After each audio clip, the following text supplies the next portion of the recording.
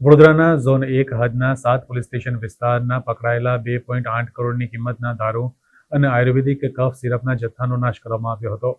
વડોદરા શહેર પોલીસ સ્ટેશનના ઝોન 1 હેઠળના જવાહરનગર, ગુરબા, લક્ષ્મીપુરા સહિતના 7 પોલીસ સ્ટેશન વિસ્તારમાં પકડાયેલ દારૂની 1,62,00,000ની કિંમતના 90,000 ઉપરાંતની બોટલનો કોર્ટના આદેશ મુજબ નાશ કરવામાં આવ્યો હતો.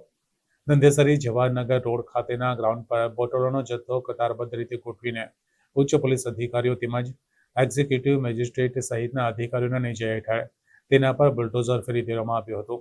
આ જથ્થામાં વિવાદાસ્પદ બનેલ નશાકારક આયુર્વેદિક કફ સિરપનો જથ્થો પણ મૂકવામાં આવ્યો હતો.